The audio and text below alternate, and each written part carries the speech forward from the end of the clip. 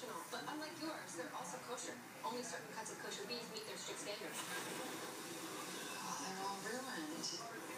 Help yourself. Oh, no, okay, thank you. Even National, a hot dog you can trust. $2,434,311 people in this city. And only one me. I'll take those huts. This is my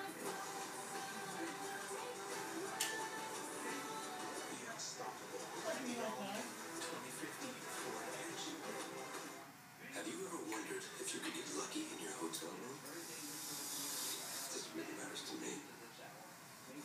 Come on, Lucky. Hotel Trivago.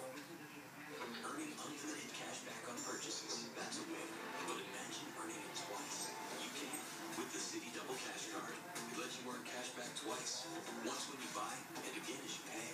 It's cash back, then cash back again. And that's a cash back win-win. The City Double Cash Card, the only card that lets you earn cash back twice on every purchase. With 1% when you buy, and 1% as you pay. With 2 ways to earn, it makes a lot of other cards seem one-sided. You can't see him, can you?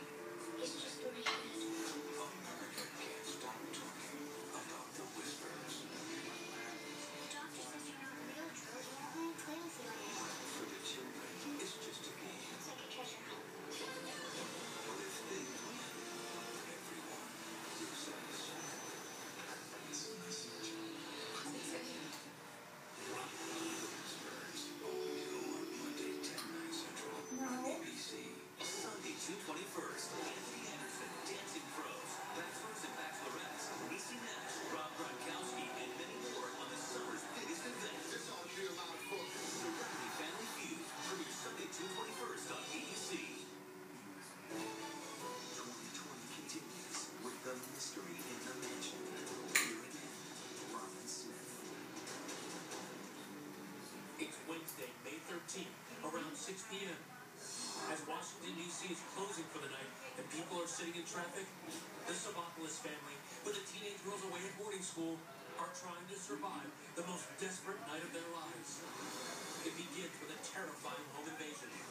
Also inside the mansion, the family's housekeeper, Vera Figueroa. She'd been with the Savopoulos since her friend and the family's other housekeeper, Nellie Gutierrez, got her the job. You helped her work with the Savopoulos family, right? Yes, and I took her over there. And it was like almost 4 years ago. Longtime crime reporter Jennifer Donnellan has been covering the story for ABC affiliate WJLA. This started out as a story about a fire, right? We're trying to figure out if something more sinister happened before the fire. That evening, one of the captives, Savopoulos, leaves a voicemail telling Gutierrez not to come in the next day. I don't get this message. Amy is in bed sick tonight, and she was sick this afternoon. And Vera offered to stay and help her out, so she's going to stay the night here. But Gutierrez doesn't get the message until the next day. When I got that mess on Thursday, I was thinking, and I started calling them. So I called her and I say, "Hi Vera, what's going on?" No answer. Vera's husband, Bernardo Alfaro, telling reporter John Gonzalez from WJLA he begins to worry at 5 o'clock Wednesday evening. He goes home, starts calling her nonstop on her cell phone until the cell phone really stops ringing. But at about 9 p.m., the strangest call by far. A call for a food delivery. We can confirm that we made a delivery to the house. Police say it's Amy Savopoulos calling Domino's Pizza. She orders 2 pies, gives a credit card number, and special instructions. Don't ring the doorbell. I'm caring for a sick child. Just leave it on the front door. The Domino's driver says the porch light is on, but the house is dark. As instructed, the driver leaves the pizza, rings the bell, and drives away, taking with him an opportunity to end the ordeal for the terrified people just inside. There were things that happened that, of course, now we can look back on and say, what if? Unbelievably, somebody in that house in these dark and brutal hours has an appetite, gobbling up most of the pepperoni pie, leaving a crust or two. Legal consultant Nancy Grace has followed this case. To think that the killer actually ordered and ate a pizza during the middle of all this?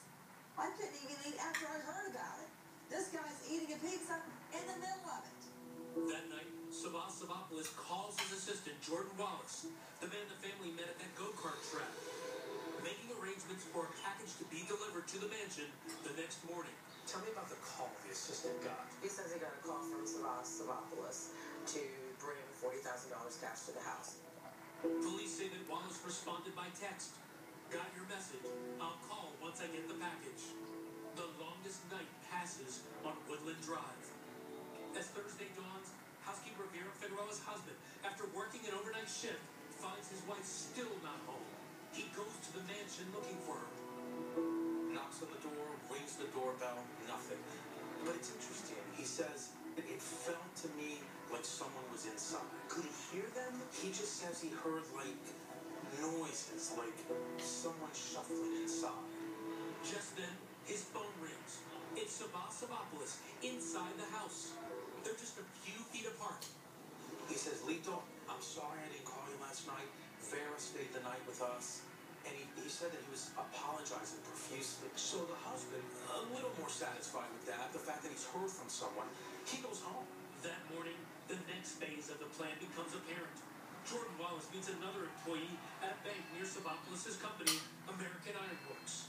He gets 4 neat stacks of $100 bills, 40 grand, calls his boss for further instructions. Savopoulos tells his assistant to bring the cash to his house, come into the garage, the car's unlocked. Not to give it to him, but to put it in the car. Which you would think would set off alarm bells. And then you wonder, why didn't that person call police? Before Wallace makes the drop, police records show he sent a text at 9 a.m. to a woman with a picture of the cash. The woman responded, "Damn, I wonder how much it is." Wallace replies, 40. Wallace heads to the Savopoulos home and drops the cash on the driver's seat of a red sports car. At 10:26 a.m., Wallace sends this text message to his boss. Package delivered. The cash is dropped, but for some reason, that doesn't stop the crime. Police say the killing begins. We were getting source information that there was blunt force trauma to the bodies, that there were stab wounds to the bodies, that the bodies also had been tied up. The family's terrified final moments alive, pieced together from police documents and ABC News sources. The 3 adults, Savon, Amy Savopoulos, and Vera Figueroa, are held in an upstairs bedroom. The women are restrained.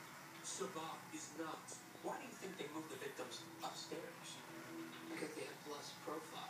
ABC News tracked down these blueprints of the home, which we reviewed with former FBI agent Brad Garrett. If you left a window open, left a curtain open, you could see what's going on. If you move them up, it's more difficult to see what's going on. The adults sustained terrible fatal wounds. They were hit and stabbed. Just days ago, police revealing a baseball bat with what appeared to be blood on it was discovered in the room. The little boy, Philip, separated from the grown-ups in another bedroom. The son is where, it appears according to court documents, is where they set that fire. The fact that the 3 adults were in one room, you have to wonder how much the suspects were using that son as a point to extort them. Once 10-year-old Philip's room is set on fire, the killers flee. To think that a human would torture and murder a 10-year-old little boy while his mother and father sit in the next room hearing him scream in order to get money is heinous.